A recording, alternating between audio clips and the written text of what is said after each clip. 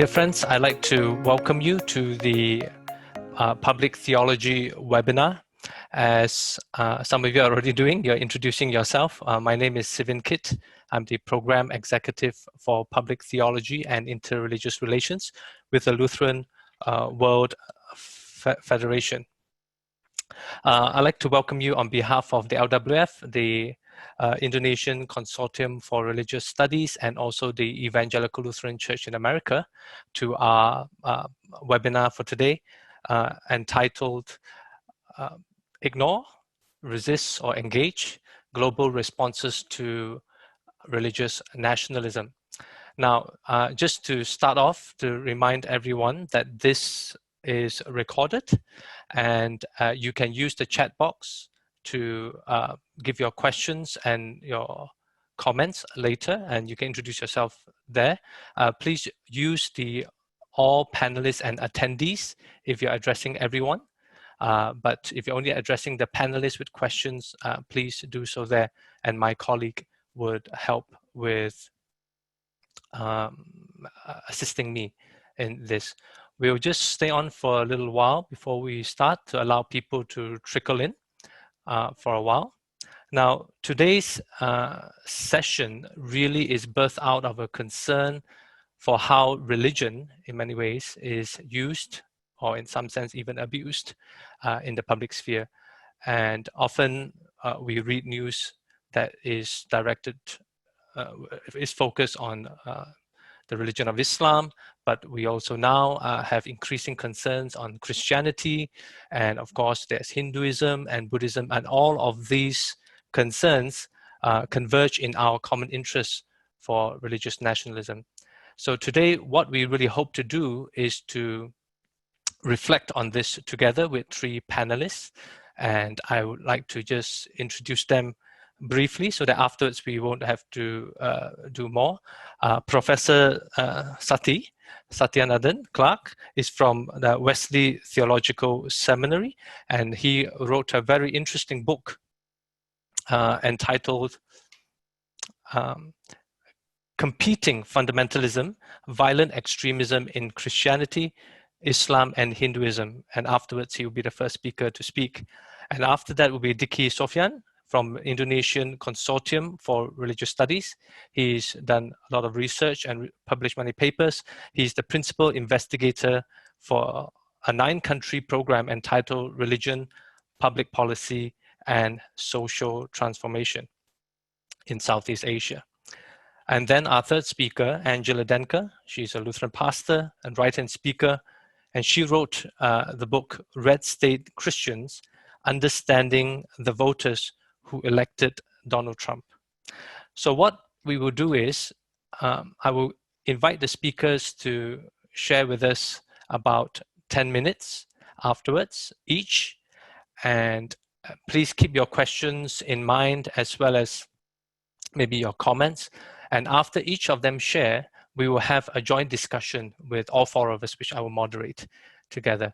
So without further ado, I would just like to begin our session by inviting Sati to come and to take our first 10 minutes or so.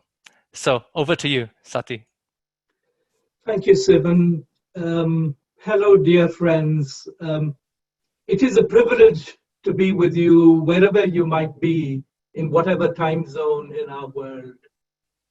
In my talk, I will disregard the irresponsible ignore option and invite us to consider a stance of resistant engagement in the context of rising religious nationalism in the 21st century. Our world is constantly undergoing change. Some changes are random and unexpected. So, for example, COVID-19 arrived in 2020 almost like an invasion. The virus took the uncommon pathway of an interspecies mutation as it made its visitation upon our global human family. Ironically, many wannabe great nations like the United States spent much of their precious time, energy, and resources on trying to keep human bodies and foreign goods out of its borders.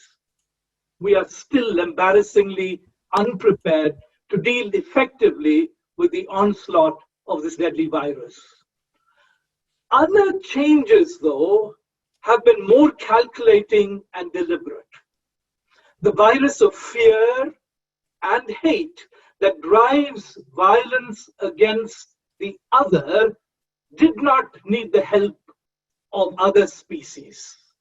Such violence has a long history of violation against religious others. The combination of unresolved phobia and determined rage has kept a watchful societal eye on various expressions of targeting the other who are a threat to the religious, racial, and sexual ideal of the powerful majority in our nation states. What is most disturbing in our time is the capture of the nation state by violent fundamentalist religions. Religious nationalism, I submit, is religious fundamentalism strategically and systematically piggybacking on illiberal nationalism. Let me repeat that. Religious nationalism, I submit, is religious fundamentalism strategically and systematically piggybacking on illiberal nationalism. Christian, Hindu, Jewish, Buddhist, and Muslim fundamentalisms need legitimate public platforms to translate hallowed belief into mundane practices. Upholding and cultivating strong belief in a comprehensive worldview is only part of the theological ingredient that goes into the configuration of violent religious fundamentalisms.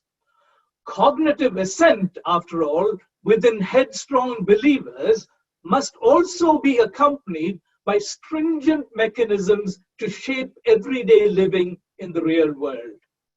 This is why the nation state is badly needed for religious fundamentalists. On the one hand, religious nationalism craftily employs religio-cultural mantras and rituals and symbols to publicly endorse and reinforce such strong common belief. But on the other hand, religious nationalism effectively oversees the process wherein divinely manifest macro beliefs are enforced as everyday micro practices of all persons living within the nation state. And this is done by often using violation and violence that is meted out against other religious and secular communities. In this overflow of religious nationalism onto the public square, interreligious dialogue, as we usually practice it, really cannot be effective to influence the life of everyone in our nation state. So interreligious dialogue that really matters cannot merely take place either within the soft heads of co-religionists or soft hearts of religious believers. This is the pious mode of ignoring the problem, simply praying together about it, clustering together in our own religious caves in order to ignore what happens outside. I submit that these comfortable religious bubbles need to be busted for the sake of serving the life of the whole world. The world that is so loved by God is in need of the resistant and engaging gospel of peace with justice in our violent world. Banding together resistant movements and interreligious engagement is the only way for peacemakers and justice seekers in a world of bloody religious nationalism. The flow of blood has spilt over from religious fortresses and garrisons to affect the world violently. This is not the time to meditate about peace between believing hearts, strangely warmed by God, or among enlightened heads, giddy with divinely inspired thoughts. Our context of spawning violation and legitimizing violence against religious and non-religious others calls for a moving away from interreligious dialogue within the safety of sacred spaces to interreligious engagement in the public square. In the context where religious nationalisms engender violation and violence in the real world, faithful religious witness must be expressed in witness alongside other communities in the public. Witness to our religious uniqueness must be expressed with witness along with communities in the public square. This will involve giving up our usual preoccupation with orthodoxy, which means correct opinion or righteous knowledge held by only one religious community, and risking engaged orthopraxis, which means right or correct action for the well-being of the whole interreligious and non-religious community. But all of this, you will say, is mere theology or mere theory. How might we band together in restraint and interreligious engagement against violent religious nationalism that violate the rights of the religious and non-religious minorities? Let me suggest two pathways as we move forward.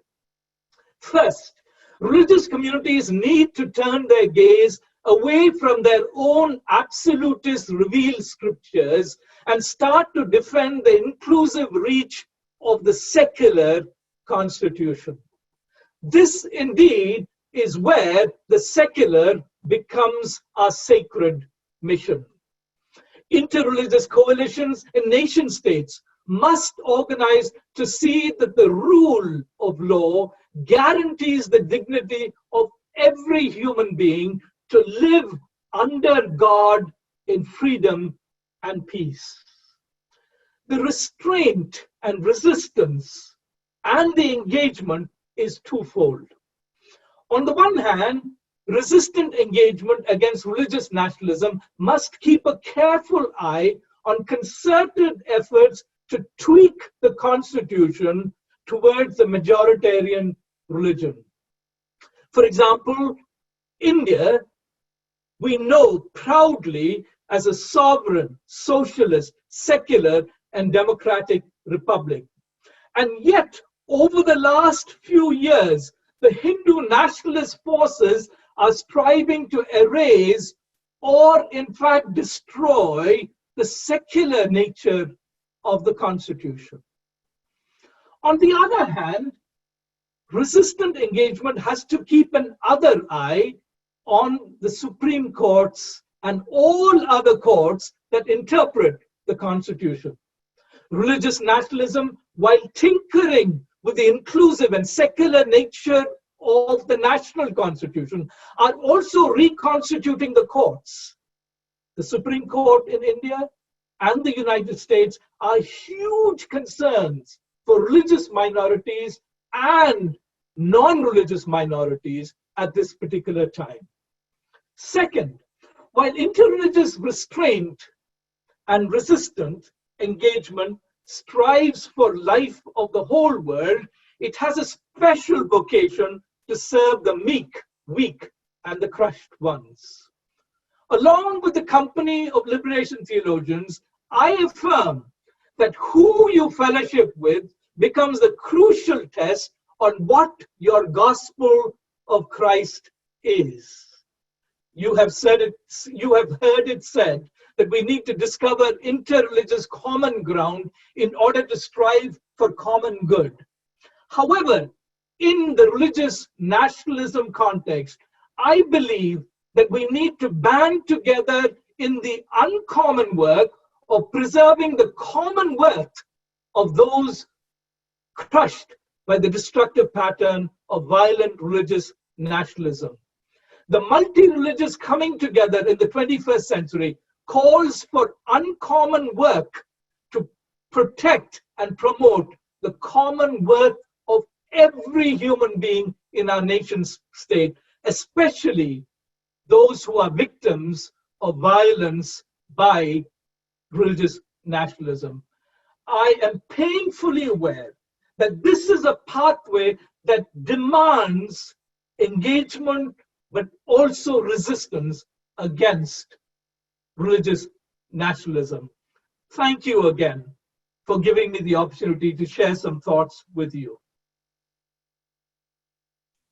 Thank you, Sati. And this is just an appetizer, because during the discussion, I'm sure there'll be more questions directed to the concrete situation of India that you have mentioned just now, which is, and for those of us in Asia, we know that this is supposed to be the crowning achievement of democracy to some extent, but we are facing so many challenges. I think you have set the scene for us, and we appreciate the theological framing of this discussion. So thank you very much, and we'll come back to you soon afterwards during our discussion. Our next speaker is Professor Diki Sofyan Diki, and I will be asking him to share with us from Indonesia. All the way from Indonesia. It's quite late at night, I think, Diki. And we are very excited because we have about 200 over participants now. And it's good to know that we have those, not necessarily just Christians, but those from Indonesia. We welcome you from Philippines and many parts of the world. So over to you, Diki. Well, peace be upon you all. I would just like to, first of all, sincerely thank Dr. Sivan Kitt of the Lutheran World Federation for his delightful invitation to this public theology webinar.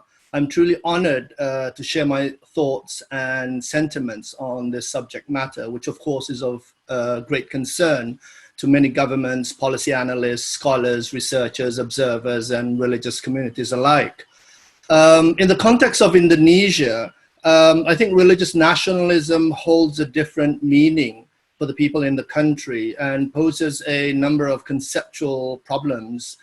And, you know, with the risk of having been unpopular in this webinar, because I'd like to argue that the problem in Indonesia relates not so much with religious nationalism, but our present and real danger comes really from the transnational religious movements that oftentimes bring in this exogenous values and foreign ideologies and religious sentiments that are somewhat alien to both the local context or culture and also the human experience of the Muslim population at large. And so when I say transnational, I mean mostly the Islamic transnational movements, which have been trying relentlessly to import the sort of Middle Eastern Arabian version of Islam. I'm saying this not to single out the Muslim community, because I can also see other faith communities confronting more or less the same kind of challenges, although to a varying degree. And as we know, some of these movements and groups have no or little connection with the nation's political history, social revolutions and upheavals, and the 32 years of developmentalism under Suharto's New Order regime. And not only that, they've also brought with them this so-called dictatorship of religious authenticity and this insistence on a supposed puritanical form of Islam that seems to be aligning itself with what Professor Buya Shafi Ma'arif, a former leader of Muhammadiyah, as misguided Arabism. But Indonesia is not unique in this sense, though. You know, we are also seeing in a number of post-colonial states such as Pakistan, Malaysia, and also in the sub-regions of southern Thailand and southern Philippines, the same kind of negative influences of the transnational religious movements. So what is interesting is that these transnational movements seem to be under the pretense that it will bring Indonesia out of chaos and usher in, a brighter country for Indonesia and bring the country to new heights by demanding a stricter and more comprehensive implementation of the Sharia, and also the establishment of a somewhat super Islamic state, or to revive the Muslim caliphate. So of course, to the majority of the Indonesian Muslims who are indeed religious nationalists, they would probably deem it as ludicrous to consider religious nationalism as the main problem of Indonesia today. I think there's a problem of intolerance, obviously, and a problem of minoritization, persecution, criminalization of religious minorities, and so on. And so there is a sort of a distinctive feature of Indonesia, compared to other Muslim populated countries, even to Malaysia, which I have also been studying and observing quite closely, which is our next door neighbor. The stark difference is that we have a strong and robust tradition of association and civil, disobedience against powers that be, going back to the heydays of colonialism at the turn of the 20th century. So the example par excellence would be the Muhammadiyah, which was established in 1912, and the establishment of the Nahdlatul Ulama, which was established in 1926, just 2 years after the fall of the Turkish Ottoman Empire. Thus, they have been around in Indonesia even prior to the establishment of the Indonesian Republic. And so both Muhammadiyah and NU have contributed immensely in the development and expansion of modern Islam and of Islamic education, and not only the madrasas and the pesantrens or the traditional Islamic boarding schools, but also the modern progressive Islamic schools and universities across the vast country. They hold many progressive socio-economic agenda and have programs on livelihood, microcredits, and benevolent charities, and a network of hospitals, clinics, nurseries, and orphanages as well. Even our nationalist, socialist, charismatic first president Sukarno used to lament an Arab saying that "Hubul watan minal iman," that love for one's country is part of faith, or is part of our religious conviction. Our ulama are still debating whether or not this was a hadith or a prophetic saying of the Prophet, peace be upon him. Even more intriguing is a claim by some ulama that the translation of this saying was attributed to the Prophet Isa, otherwise known as Jesus Christ. Now, I must state that I am unfamiliar with the terrain of Islamic science or prophetic transmission. So if I were you, I wouldn't quote myself on this one. But regardless, the common adage makes sense to Indonesian Muslims, because as we all know, we enter this world, as we enter this world, we don't get to choose our parents or our race, ethnicity, gender, and much less nationality. So it resonates well with Indonesians, who are also known to be more, nationalistic than their counterparts in the archipelagic nations of Southeast Asia, such as Singapore, Malaysia, Brunei Darussalam, and others. Again, citing our President Sukarno, he once famously said, if you become a Hindu, don't be an Indian. And if you become a Muslim, don't be an Arab. So stay with becoming the people of Nusantara, which is an archaic name for a country with its rich and exquisite culture. So therefore, nationalism in Indonesia is not such a dirty word as in other contexts and countries. Consequently, religious nationalism is akin to our middle ground in Indonesia and not considered as an extreme position at all, given the context of the progressive agenda of the religious nationalist. And if you consider our state ideology of Pancasila, I think if you were to analyze, the meanings of the 5 principles of statecraft in Panchasila, then one might justifiably agree that Panchasila is an ideology based on religious nationalism, which is open, tolerant, and fully acknowledges cultural pluralism and the multi-religious nature of our nation, at least at its idealism and normative values and political aspirations. The first principle is the unity of deities, or the acceptance of the one and only God. The second emphasizes on humanity based on justice and civility. The third one on the unity of Indonesia, which is a common rhetoric among the nationalists and the militarists. The fourth one on democracy by way of representation and consultation to achieve consensus. And the fifth principle is social justice for all Indonesians. So again, I think Indonesians are much more familiar with and committed to religious nationalism more than they are to liberal democracy, but this is my own opinion. So in trying to respond to the question whether to ignore, resist, or engage, I would just like to state that as a practicing Muslim, the term public theology does not necessarily resonate well to me. And I would imagine that our Orthodox and traditional folks, and even some progressive Muslims, would find it somewhat ambiguous, to say the least.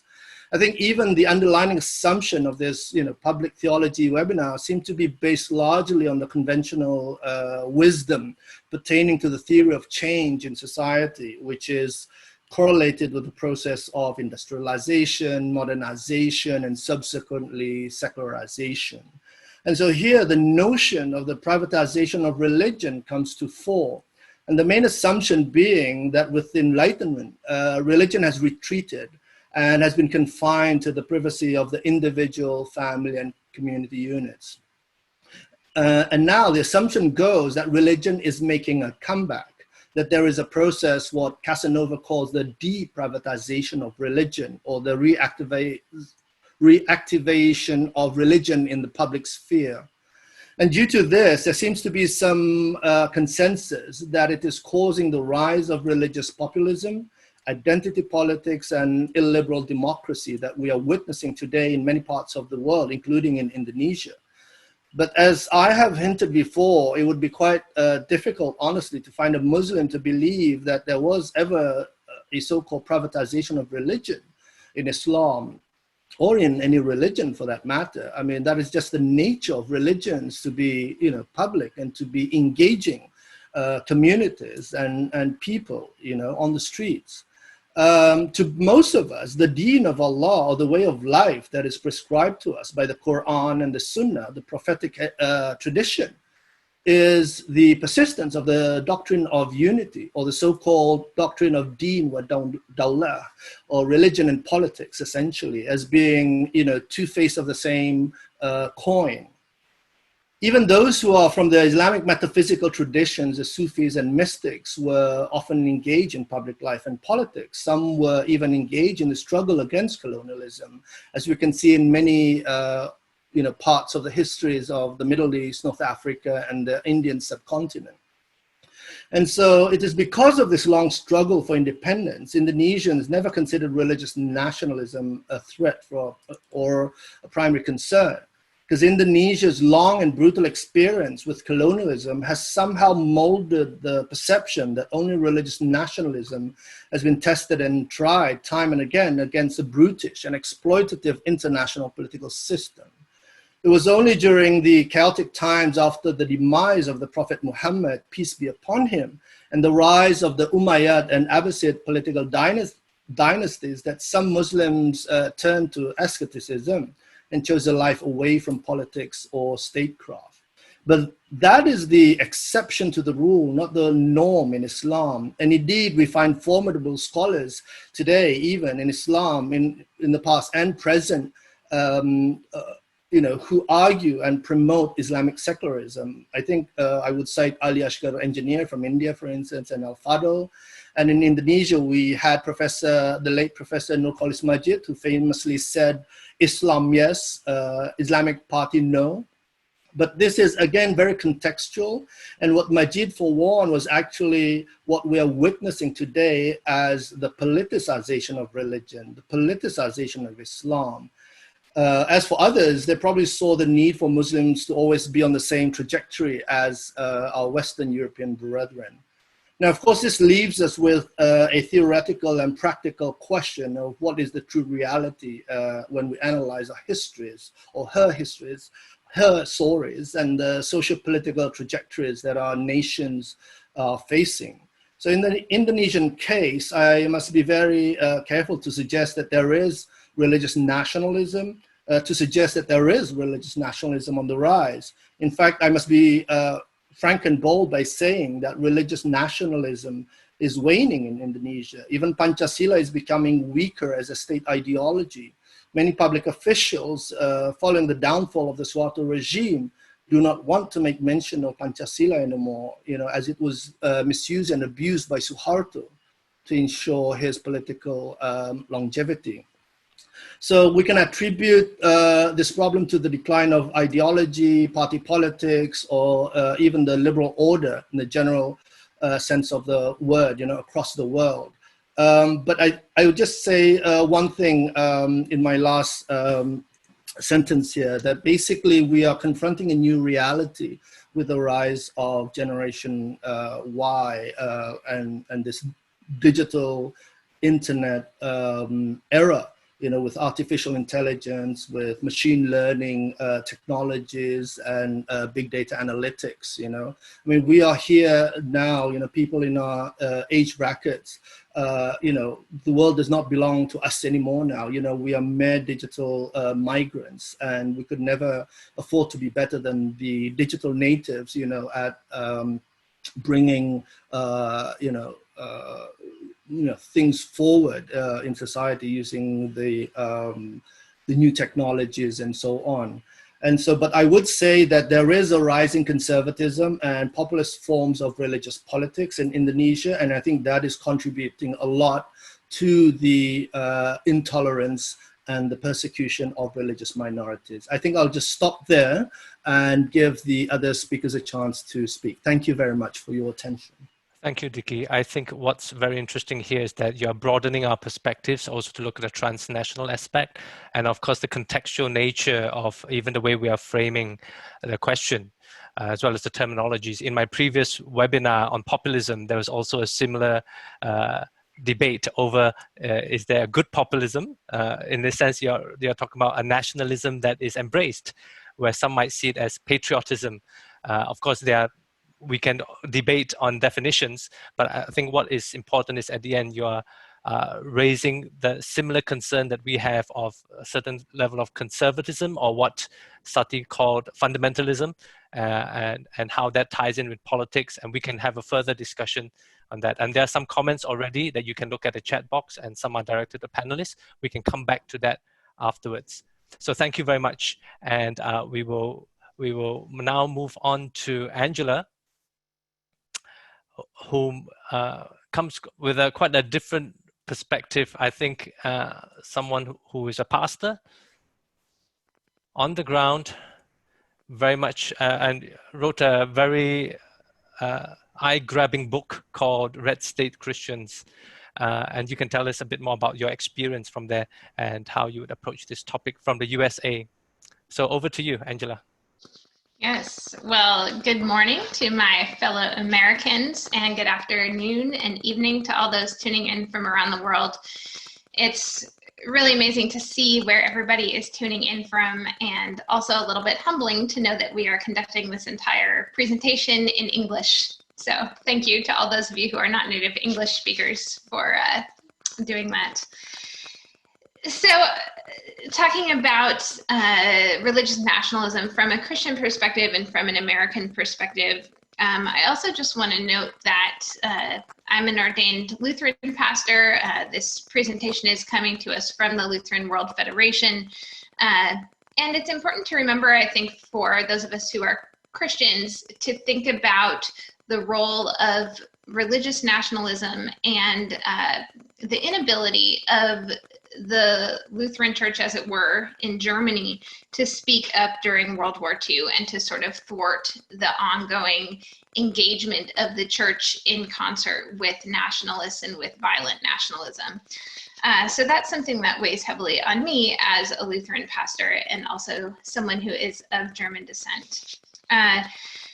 So coming from an American perspective, particularly since September 11th, 2001, Christianity has often been excused among most discussions of religious extremism.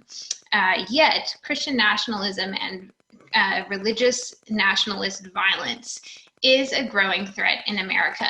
And I think it's important and also very difficult for Americans and for American Christians in particular to look in the mirror and realize the ways that our own religion has its problems with extremism and with violence, particularly when for many Americans, we have otherized religious extremism and particularly considered it to be a Muslim problem. So Christian nationalism really sort of smacked me in the face when I began my research for my book, Red State Christians. I have it here. So I want to talk a little bit about the research that I did throughout 2018. I spent the year of 2018 traveling across the United States to interview conservative Christian voters and Christians in what we call in America red states and red counties. For those of you watching internationally, red refers to Republican, but also to conservative. So not every Christian who I spoke to in my book voted for Donald Trump, but all of them were living in contexts in which conservative Christianity is a strong force in local politics and local culture. So I began my research in 2018 at the March for Life, which is a pro-life anti-abortion march that happens every year in Washington, D.C. And while I was there, I spoke with a pastor who is on the Ethics and Religious Liberty Commission of the Southern Baptist Convention. So when you're talking about conservative Christianity in America, you can't help but talk about Southern Baptists. Southern Baptists are the largest denomination, Protestant denomination in the United States, and also some of the foremost politically connected Christians in America are Southern Baptists. So what this pastor told me is that all the way back in 2018, very early on in Donald Trump's presidency, he told me that his churches, and in his view, American Christians in general, have the biggest problem facing us is a gospel distortion over Christian nationalism. So again, in a Christian context, we understand the gospel as the thing to which we focus all our efforts, all our understanding. The gospel is the thing that sets us free, and the gospel is rooted in the life, death, and resurrection of Jesus Christ. So what Christian nationalism has done here in America, and this is not limited to Southern Baptists, this isn't even limited to conservative Christians, I would argue, but politicization of Christianity in America has become so powerful that it has distorted the gospel. So Jesus becomes lost in this discussion. Religious themes like charity, repentance, humility, forgiveness, these things are thrown aside in order that religious movements, especially conservative Christianity, would gain political power and might and wealth and influence. So the entire first chapter of my book focuses on the role of Christian nationalism, not only in the 2016 election, but in American politics and American culture in general. So when I was beginning this research and study, I was told by several people that in order to understand Christian nationalism in America, I needed to visit a particular church, a Southern Baptist congregation called Prestonwood Baptist Church in Plano, Texas, which is just outside Dallas, Texas. So the lead pastor at Prestonwood is a man named Jack Graham. He is close with President Trump, has been on several advisory committees for Donald Trump. And Prestonwood made headlines here in the United States because it withheld, this is an incredibly large, incredibly wealthy congregation, it withheld $1 million of fundraising from the Central Committee of the Southern Baptists because Prestonwood deemed that the Southern Baptist Convention had been insufficiently supportive of Donald Trump. So the reason I shared that detail is to show just the extent to which American Christians have been expected to, in many cases, be allied with Republican politicians. And in this church's view, for a church body, so the Southern Baptists, like the Lutherans or the Methodists, in that church's view, for a church body to be insufficiently supportive of a Republican politician or presidential candidate or president, this was seen as anathema to the mission of the church. So you see that this support for a particular political ideology has begun to outweigh the support for the gospel. And in this way, the gospel becomes distorted. So here in the United States, you see lots of different hallmarks or ways in which Christian nationalism has become extremely powerful. And one of those ways is the ways in which it becomes a sort of idolatry of America itself, idolatry of the flag, idolatry of the national anthem, idolatry of, in some cases, the military. And what this does to the American military itself is also really damaging, because it dehumanizes American military members, and it creates of the American military itself an institution whose sacrifice, military sacrifice, is equated to Jesus' sacrificial death on the cross, which is a huge touch point of Christian theology, particularly American evangelical Christianity, and its theology of a sacrificial death for Jesus on the cross. That begins to be equated with military sacrifice here in America. And I saw that really powerfully in Red State Christians, particularly when I attended church at Prestonwood on 4th of July weekend, which is our Independence Day here in America, at Prestonwood Baptist Church. And what I saw on 4th of July weekend was a religious service that was almost entirely about America. We're singing patriotic songs. We're doing the Pledge of Allegiance. We're singing the military songs. We're watching a montage of military sacrifice set to the same music and words that had been used earlier in the year to talk about Easter and Jesus' death on the cross. So this intertwining of Jesus and America and the American military has been something that's been growing in America since the Cold War.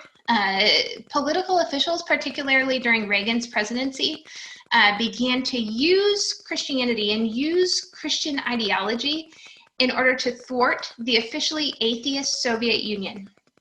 So what was happening in Christian culture in America is that what was being presented and what was being used as a huge part of what was happening at that time was to say that in America, we have to, as Christians, beat back the officially atheist Soviet Union. And you can even see this rhetoric continuing to happen today against officially communist China. So just a couple of updates to, as I close out here, what I want to talk about what's happening currently here in America around religious nationalism, not only approaching the 2020 election, but also related to COVID-19, the global pandemic, and a rising racial reckoning in America.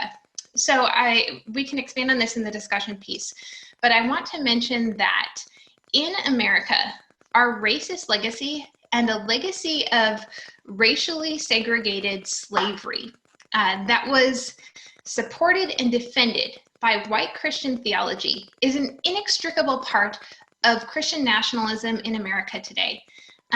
So for white Christians, this idea that the church is allied with the government and with the nation state of America has always been a part of Christianity. For Black American Christians, that's not the case. So for Black American Christians, the Black church has had to counter the sense that Christianity is allied with the nation.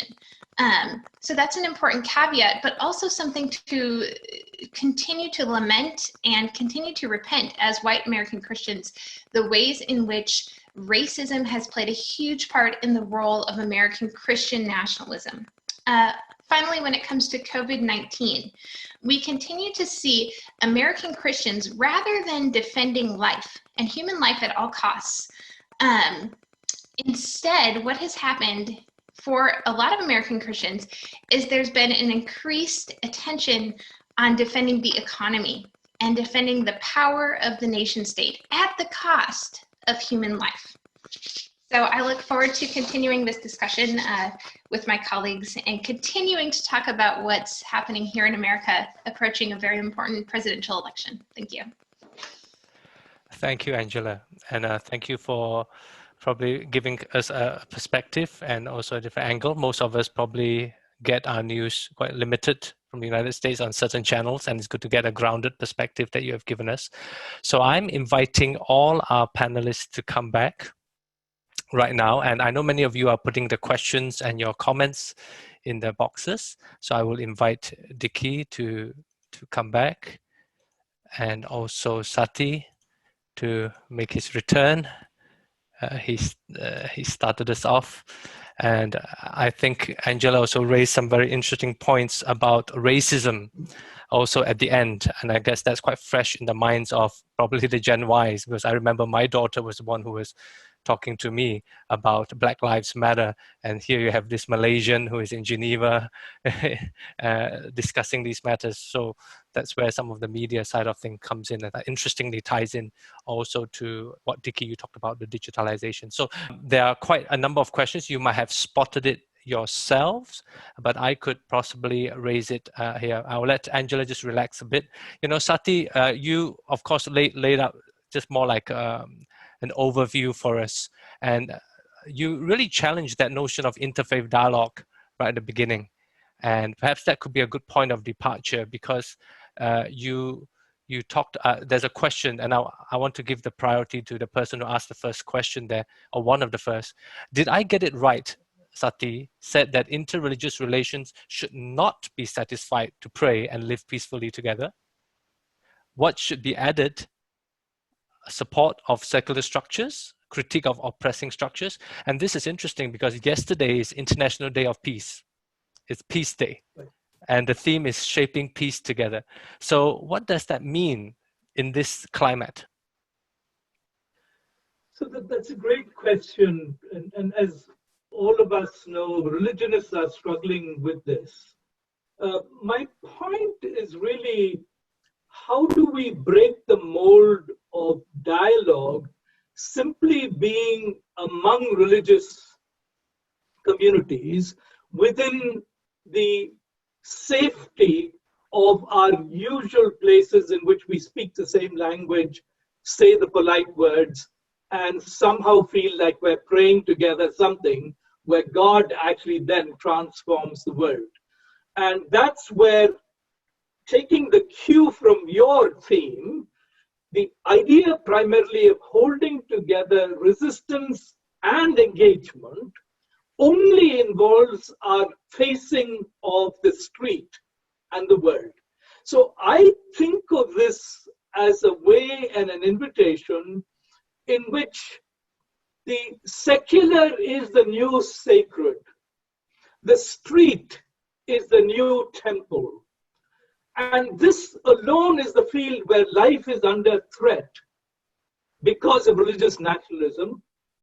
And this is where we can protect, nurture, preserve, and allow life basically to become flourishing.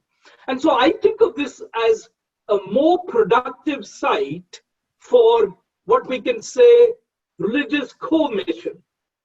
Really joining in the mission of God to protect God's own family, each individual human creature with their own religious dignity, for freedom to live as God would want us to be. So that's really what I found is important for us. It's really the opportunity to almost piggyback on God's overflow into the world.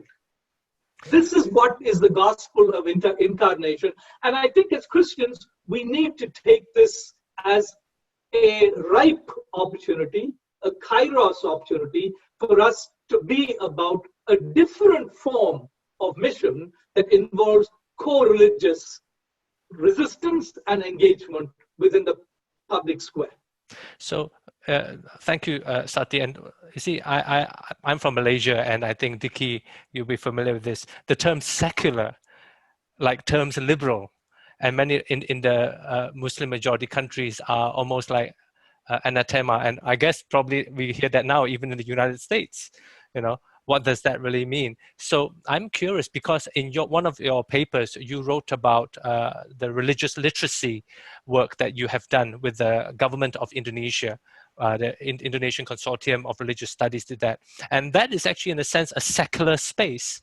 But at the same time, secular doesn't necessarily mean devoid of sacred notions or theological thinking, because you had religious officers coming together for training.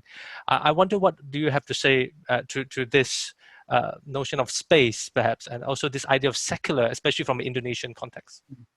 Right, and I think this relates to one of the questions being posed by one of the members of the audience, pertaining to, I think, what I mentioned about the underlying assumption of what public theology is.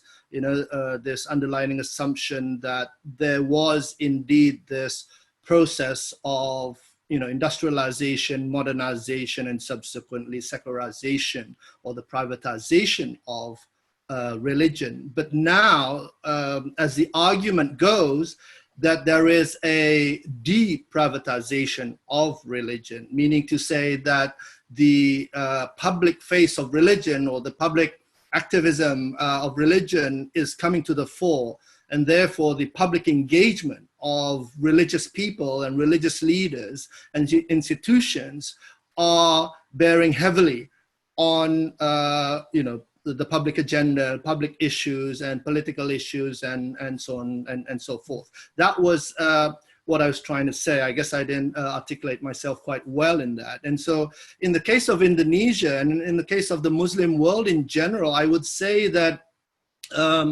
we probably don't share the same kind of you know, trajectory as that what we found in the Western European experiences of industrialization, modernization, and secularism. You know, we have this doctrine of Deen wa Dawlah, you know, this idea about religion not being necessarily equated with the concept of Deenullah, or the way of life that is prescribed by the Quran and the prophetic tradition. And so I was trying to argue that, you know, it's kind of an oxymoron to suggest there is a so-called public theology in Islam, because Islam is a public religion. You know, politics cannot be separated from Islam. And I think a lot of what the Quran you know, stipulates in the teachings is more of, you know, public engagement and how to essentially manage societies and communities. And so to suggest that there is a, you know, a public realignment of religion in Islam would be somewhat misleading, I think. And I think this goes back to your question pertaining to how the Indonesians view terminologies such as liberalism and you know, all this stuff. And that is also connected to one question pertaining to you know, the idea that, you know, some Indonesians are reluctant to greet their fellow Christians, or to say Merry Christmas to them during Christmas days. You know, the Indonesian Council of Ulama had indeed come out with fatwas and recommendations for Muslims not to give greetings like Merry Christmas during Christmas, you know, to the non-Muslims. But you see, one of the beauties of the fatwas from the Indonesian Council of Ulama is that you can just ignore them. And many Indonesian Muslims just simply ignore them. Why? Because we have other references. You know, we have the ulama from the Nahdlatul Ulama, from Muhammadiyah, who say it's perfectly fine for you to celebrate Christmas with your Christian friends, and even to greet them Merry Christmas, you know, and it will not in any way dilute your faith, right? And so we've got these, you know, differences of opinion which I think could be seen in all religions and in all countries. But what I was trying to get at is that, at least for the time being, you know, the more progressive Muslim leaders and intellectuals and scholars have been more influential in the, you know, political history of Indonesia until today, rather than the more conservative fundamentalist streak of the Muslim community. Thank you. Angela, when you're listening to these two men talk, what comes to your mind? Because faith now is very much part and parcel of the political discourse in the United States. And I guess, of course, Dickie is right. The term public theology arises from the Christian tradition in our discussion. But I guess the shared concern of public engagement is still the same. In that sense, that is what unites our discussion for today. So you have people on both sides of the aisle who are claiming faith. And in your book, you did mention about, you know, on one hand, you have this more manipulative side of things, you know, usually the politicians or in the media, but you have these ordinary people who actually sincerely have some real genuine fears, and they really are concerned about what's going on. And in our discussion with populism, we had the similar trajectory as well, how populism is different in different countries and how that reflects some anxieties of the citizens. So any thoughts on that? Yeah, I think I want to bring into this discussion, in a global context and also in an American context, the role of media and the role of messaging, both from digital platforms and also from traditional media. And you can see in real time in the United States how media has become, and especially even messaging on social media, has become more powerful and more trusted in most cases, I would say in a lot of cases, than people's local pastors. So a lot of people in the United States are getting their religious viewpoints, their political viewpoints, their understanding of the gospel, a lot of times from social media influencers, from posts, sometimes from manipulative posts that are rooted sometimes in propaganda farms, troll farms located sometimes in Eastern Europe and Russia. And so we have something that has arisen here in the United States called QAnon, which is a new movement that seeks to really introduce a lot of conspiracy theories into American discourse, but it's become attractive to a lot of conservative Christians. And so I think that there is a huge amount of distrust within the American Christian community today.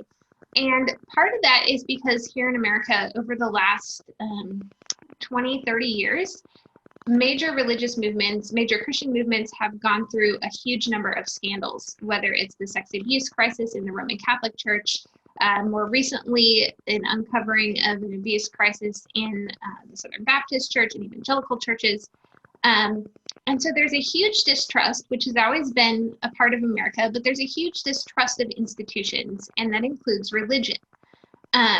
So what that has done is create this vacuum into which a lot of conspiracy theories can come and become embraced by Christians.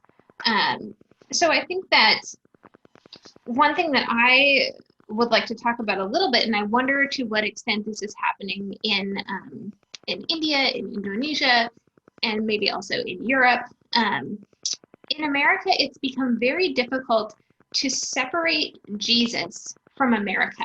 So to the extent to which people really see Jesus as an American, and you even see religious iconography, religious art that depicts Jesus as sort of this, you know, American swaggering hero man, definitely white, which is another, you know, relation to this race problem that we have in the United States. And I think that there was a question on here too about this understanding of conservative American Christians related to treatment of Israel. So one thing that I saw happening in a lot of conservative Christian movements in the United States is that really America has become the new promised land. And America has functioned, for all intents and purposes, as Israel. So this joining and this connection between America and Israel really has very little to do with religious commitments, and instead has a lot more to do with shared economic interests and, honestly, shared enemies, especially after, again, September 11th, which is a huge part of the conversation in the United States. So I think for American Christians, it's really important for us to de-Americanize the Bible, de-Americanize Jesus himself, and really get back to the true story of where Jesus comes from, how Jesus, in a lot of ways, is alien to America, and how we can reclaim. I had a question about getting the gospel out of the prison of nationalism. I think that for our siblings in Europe, it's a lot of the same problem, to de-Europeanize Jesus and to reclaim the Jesus of the Bible. Thank you. This is rich in your input, and of course also there's a lot of analysis that you're trying to condense in these short moments. But I like to bring it more personal as well, and also the practical level. There are some very basic questions. Or do you think that it's right to have the religious flag? It's not religious flag, the national flag in worship spaces. So that's where it's interesting. The secular and the sacred kind of has this conflict, and how do we rest with that?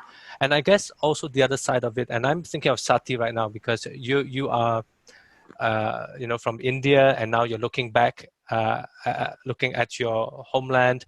And I remember on Facebook, now this talk about digital media, you actually mentioned an old friend who just passed away, a Hindu activist, if I'm not mistaken.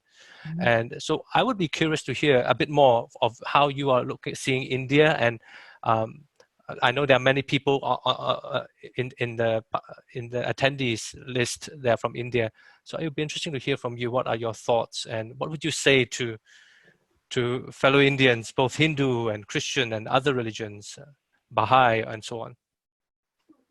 Let me start by just saying a word about why secular is in the Indian constitution. That is, India primarily is a socialist, secular, democratic republic.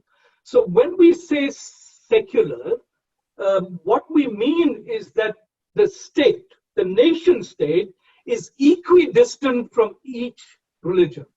So it doesn't basically take on the colors of one particular religion. So that's what happened by the time the Constitution came to be written. And as you know, B.R. Ambedkar was an important part of, Dalit himself was an important part of carving this particular nature. So the difference is when the West says secular and is fearing that, we are embracing that because the nation state is secular, and in this sense, it's equidistant from each religion. So it allows all religions to flourish, but is not colonized by one of them. So that's something we should keep in mind.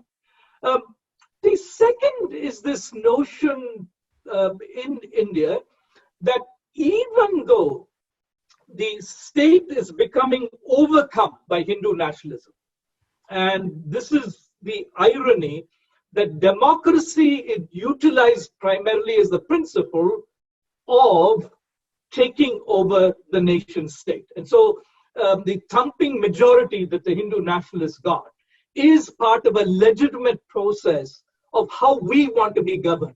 And so this is a problem. This has really become a problem in terms of what is going on. And the only way to do it is, again, at least in India, I can say, through interreligious coalitions. Because I would safely say that most of the support that we have to challenge and to engage resisting Hindu nationalism or religious nationalism is coming from Hindus themselves, who are saying, no, this is not a country we want to live in. Swami Agnivesh, who passed away, was one of those models.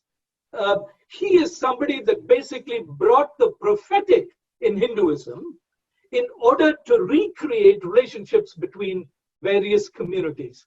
So I think in India, it is how do you affirm who you are and give up some of this for who we all want to be together.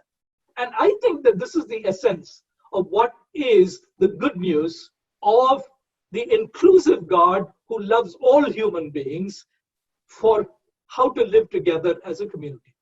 Let me just thirdly briefly point to what Angela says. It's a very, very important conception. How is media utilized, particularly in an age of COVID, where in a sense it sneaks into our living rooms and becomes an altar of where all our idols can reside in peace. They bless us and we bless them. So I'm always reminded, as you know, when the Prophet Muhammad, peace be upon him, takes over and cleanses the Kaaba, he has 360 idols that he has to get rid of. But what has happened today is there are 360 million idols that have all come into our homes and into our lives.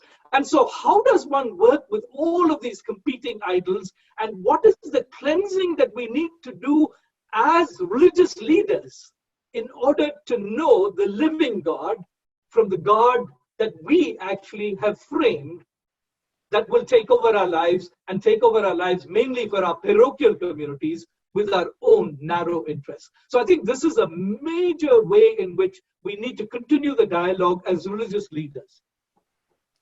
And thank you, Sati. And as you were talking about, I was just thinking about what have been and what are we doing now to address these issues. And Dickie, I remember when I was reading your paper, there were certain modules that I found was interesting. And one of them was actually religion and internet. Apart from religion, ecology, religion and state, religion and self in the literacy program, which I felt was very interesting. Could you share with us some of the lessons that you learned in that engagement to counter maybe the more narrow view of religion and ethnicity and so on in Indonesia? Right. Thank you very much for the question, Sivan, and I think this is an important one. First of all, I'd just like to say that in Indonesia, you know, if you go through the public school stream, then you are most likely to not have any knowledge or views on the other religions. Meaning to say, if you're Muslim, you are most likely to study only Islam in primary school, secondary school, high school, and even in university. So there is really no room, no sort of opportunity for you to ever learn about, you know, the religions of your neighbors, your friends, and of other communities. So this is one unfortunate sort of system that we have in our curriculum, in our schooling system, which I think needs to be changed. And I think ICRS, together with the Indonesian Academy of Sciences, once did you know, a policy brief on this, on how to reform the educational system when it comes to religious education at school, or the teaching of religion in schools. And so the religious literacy program really comes you know, in that backdrop, that there is not enough space, that there is not enough room for, let's say, a Muslim to learn anything about Christianity, Catholicism, Hinduism, Buddhism. I mean, if you follow the schooling system, right? And so the religious literacy program is really to engage our frontliners, and that is the our religious extension officers. So within the Indonesian system, you know, we have what's called the Ministry of Religious Affairs that supposedly takes care of all of the religions in Indonesia. You know, we have close to 115,000 religious extension officers across the archipelago. Only 5,000 of them are civil servants. The rest honorary staff of the ministry, meaning to say that they receive a small amount of salaries for their work. But essentially what we have is a network of people from different faiths teaching about their own faiths. to their own communities. Now, what the religious literacy program did was to sort of break up this siloization, to break up this sort of line of learning, Muslims learning only Islam and knowing about Islam and in discussion only with Muslims and so on. And what we did was to gather the religious extension officers so that they can know what's happening with the other religious communities, and even knowing the basics of the religious traditions of his or her counterparts as religious extension officers. And so we devised a module which comprised of, essentially learnings which they could take back to their communities and share with their communities without necessarily being confined to their religious communities, meaning to say that they can teach these modules to any faith communities, because we learn about the sort of methods of the common word, and we consider these topics, like religion and the state, religion and ecology, religion and the internet as being, a common word, because, these phenomena really speak to all of the existing religious communities, regardless of what they believe in, right? I mean, everyone is affected by the ecological crisis. Everyone is affected by the internet, the social media. Every faith community is affected by government policies and so on and so forth. So that was the rationale behind the religious literacy program. And essentially what we wanted was to promote harmony, multiculturalism, and social justice in that curriculum for the religious extension officers. Thank you. This is really much about religious literacy, and I think earlier we also hinted about media literacy. I think there's some overlapping there. And Sati, you of course were bringing up very much on what is our theological outlook, and how do we frame all this? Because there was a very interesting question that someone said, is it the politicians? Is it just the politicians who are to blame? But based on what I'm hearing from you, you're not just throwing the blame on politicians, but religious leaders and theologians and theological educators are also responsible. And I think that ties into Dicky when he talks about these officers. Before we go, we still have, this discussion is becoming very lively, and there's a lot of comments that you can glance through quickly. I want to apologize to the attendees. We can't cover everything, but this is really to just get things started. I thought it would be interesting to just zoom in a bit on family, because Angela, you highlighted that in one of the sections of your book, and I found that interesting, because even in conversations with people, how do you deal with these differences of opinions in families, right? And we know that in the United States, sometimes it's hard to talk about politics over the dinner table, maybe, and that's the same probably across the world. We just avoid politics. But at the same time, these choices that we make, the votes that we cast, has an impact on society. So it'll be interesting to hear your thoughts on that. And the other two may want to share also, how do you deal with this with your own family members who may have difference of opinions when it comes to these matters? Angela. Yeah, so whenever I'm talking about my book, I say that I approached it with 3 perspectives. One of those was as a journalist. I felt like the reporting and the media coverage in America of religious voters is typically lacking religious understanding, religious depth, and theological depth. So I really wanted every person to get the chance to share their own story, and it's really important to hear another person's story first before we jump in with our analysis of that story. I also approached the book as a pastor because, again, as Sati has talked about, this is really rooted in theology, and it's rooted in our understanding of God and who God is and how closely God is connected to America and to the nation state and to power and money. But finally, and perhaps the most important orientation with which I approach my book is a personal one. And that's because my family on my own side, my parents' side, my father was brought up Catholic, sort of a labor Catholic. His mother was a one-issue voter for the most part. My grandma, who voted Republican due to her convictions about abortion. And then my mom's dad, my grandpa, was a Lutheran pastor and was very outspoken at the time of civil rights and very much more on the liberal side. So I grew up in a family that tended to vote Democratic growing up. And then I served as an intern for a Republican congressman. But as we approached the 2020 election, my husband's family was a really different story. So my husband is from Missouri, which is in the Midwest and sort of just under the dividing line between North and South in the United States, which with our legacy of Civil War, that division between slave states and non-slave states is a still important divider in the United States. So my husband's family, his parents had sort of been, you know, nominal conservative a little bit. They voted for Bill Clinton. But as the election building up to Donald Trump ramped up, I could see my husband's family and many of my friends who I went to college with in Missouri becoming increasingly supportive of Donald Trump. So Trump yard signs, donations to the Trump campaign, lots of posts on social media.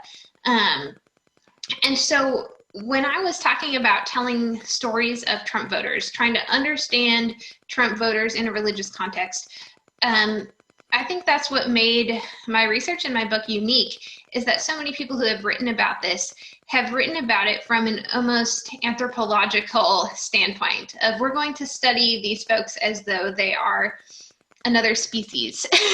And for me, this was my family. So it was very important to me that I came to this with the perspective of our shared humanity and our shared family. And then currently now, I serve a rural congregation here in Minnesota in a congressional district that voted for Trump by about 37 points. And I live in a pretty liberal neighborhood in the city of Minneapolis. So I constantly find myself living in both worlds. And I think that that's been really important for me. And when I talk to people about having discussions about starting to chip away at the hold that Christian nationalism has on our faith and on Christianity in America, where change can really happen and where the voice of Jesus can be heard again, it's not necessarily going to happen on CNN or Fox News. It's not necessarily going to happen with social statements from denominations or from churches. But the two most important movement makers for some of these trends is, I think, in families and also in local churches. That the local church is still a place where people of differing viewpoints can come together and seek the guidance of the Holy Spirit. And also in families, you know, and it becomes even more difficult in this time of COVID to have face-to-face conversations. But I think we need to have those conversations grounded in love and grounded in a shared humanity and a shared theological viewpoint that we are all created in the image of God. So I think it's a difficult place to start, but it has to start in our families and in our local churches. Thank you, Angela. And I wonder how does this topic, of course, we talked about it intellectually, theoretically as well, but beyond the terminologies, right? I think we are concerned about religion used in a negative way, or the practice of religion that does not fulfill its original ideals. And I wonder, what does this mean for you, Dickie, personally, and Sati, you could end. Because the thing is, and if I may use the image in Sati's book, you use the image of fortress and garden, and how religions have a fortress mentality, right? Competing with each other. And yet at the same time, we should be thinking about how we can complete each other as in the garden. I think you're using that kind of imagery. You could pick on that later. But for Dickie, I guess I just want to also hear from you personally. And I know people consider you as a public intellectual, you're an educator and Muslim. You know, how do you navigate all of this? Putting it all together.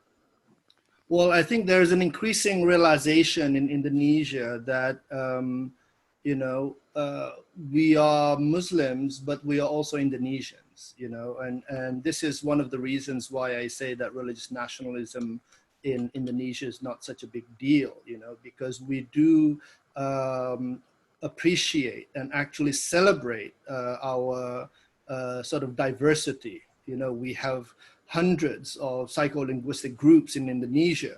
We have at least 700 languages and or maybe 500 languages and 700 dialects, you know, in our country, in a vast country, and thus we are quite used to the fact that we have multiple and shifting identities, right? So you can be ethnically Javanese, Malay, or Sundanese, or you know, whatever. But then you can also be a Muslim, but then you could also be a nationalist, an Indonesian, you know, national citizen, you know, who loves his or her country. And so I think reflecting on that, I see that there is a lot of people who are falling back on the, you know, idea of multiple belonging. And I think for a lot of Indonesian, that helps them to locate themselves in this very confusing world, you know, that we are currently living in, especially those who are, you know, frequent flyers and, you know, jet setting from one place to the other, you know, and you tend to have, you know, this confusion about yourself, about where you stand, about, you know, how you should react to things and how you should, you know, stand on some issues, right? And I think this is a general problem. And I think one of the things how Indonesians overcome this is to really fall back on their multiple and shifting identities and be able to be comfortable with that. And hence, this is where I think the cultural pluralism and the tolerance comes in. But what I had argued is that with, you know, with social media, which is increasingly becoming antisocial, really has caused this sort of social polarization. And the politicians are obviously not the only ones who are to blame, but they certainly have, you know, a big hand in the sort of polarization that we have seen thus far, especially if you look at the two last presidential elections in 2019 and 2014. You see this great social polarization, you know, occurring in our society. Even husbands and wives were divorced, you know, and parents and children and cousins and so on were, you know, became enemies because of the presidential elections. And so I think one of the concerns that we have with respect to the conservatism and populism is the features that are and the characteristics of these trends, because there are at least three characteristics that we could find. And I think this also goes to a certain extent in India and the US. One is this, you know, idea about the single source of truth. And I think this is where the conservatism comes in. And then you have social mobilization, and then this need for a strong leadership. So I think if you see, you know, the phenomenon across the world, you tend to see that people are vying for these characteristics, these features, right? And I think this is where the social polarization begins and ends, really. You know, with all of these features and characteristics in conservatism and populism. Thank you. And I thought since we start with you, Sati, we should let you have the kind of like the last word a little bit. Just share with us some closing thoughts before I pass it to Catherine, and we will wrap up soon. But do share with us, fortress, garden, what does all this mean? Thanks, Sivan. It's always dangerous to let the theologian actually have a last word, because it becomes the long last word. But I'll try to be as brief as possible. So I just want to, based on our conversation, just lift up a couple of things. And this will be in the guise of what one can call subversive wisdom. Okay. The first is that if you look at the Jesus of Nazareth, there is a way in which he dismantles the family. And that's something we should take seriously. He had 12 disciples. They were hardly with their families. He just enters into Peter's mother-in-law's house to heal her, and then they're all gone again. So the issue of what actually is the family within the context of the larger reigning of God over the human family is something we should keep in mind. And we should also keep in mind when somebody asked him about his mother and his brothers were waiting to see him, he said, but who is my family? Who is my father, mother and my brothers, except the ones that do the will of my Father, right? So that's something we should keep in mind. But the second is the whole notion of nation state. I believe that according to the gospel, there is also a dismantling of what was considered the chosen blessed nation state. And we should keep that in mind. So the only nation that matters to Jesus, it seems, is the nation of the poor, the nation of the hungry, the nation of those who have been pushed into prison, the nation of those basically who are naked. And I think it's important then, as we rebuild what we mean in terms of living together as a human family, with all spaces claimed as sacred spaces, including the street, we really need to be about the business of a co-mission of working together to allow for all these nations, particularly the nations of the least among us, to flourish. Thank you so much for all four of you. Now, there's a lot that we could continue to develop, of course. In some sense, this has been a garden of ideas, of challenges, and we, for the participants, we agreed that we didn't have to necessarily agree with each other, and we were not asking for a full agreement, but allowing the different ideas to flourish. So I would like to thank Angela, thank you, Dickie and Sati, for your contribution. I think you have really pushed this further. Some participants have asked about getting your contact. We will discuss about that and perhaps sharing them some relevant resources that I could email to follow up. Now, before I pass the time to Catherine, I just like to let the participants know that do stay on, because I would love to hear a bit of your feedback afterwards. What is one thing, what is one insight that you have gained from our panel of speakers? What is one action that you would like to do after this? Did you change? Is there anything, or at least reinforced what you wanted to do? That's the activist side of things. But third is, maybe there are people in the attendees, you are researchers and you are fellow academics or people on the ground, and you may want to just contribute a link of your own writings. You can just put it there and we can see whether we can organize that just to make it beneficial for all those who have participated and those who have missed this session. So thank you, Angela. Thank you, Sati, for this. Thank you once again, Dickie, for your contribution, and Angela as well. And now I'd like to pass the time to my co-organizer, one of our co-organizers, Catherine from the ELCA, just to have some closing remarks from the ELCA, and you can introduce yourself a little bit more as you close. Thank you, Sivan. My name is Catherine. I serve in the office of the presiding bishop of the Evangelical Lutheran Church in America. And I'm really grateful to the Lutheran World Federation and the Indonesian Consortium for Religious Studies for co-organizing, co-sponsoring this event, and especially to our dear colleague Sivan, and also our colleague from the consortium, Leo Chrysostomos, who is behind the scenes with us here. I'm sure you join me in sharing our extreme gratitude with our brilliant panelists, Sati, Dickie, and Angela. And I also want to take a moment to thank you, our participants. You have been an engaged participant group, and that has been so important to the success of this conversation. So just a few comments from me as we wrap up this conversation.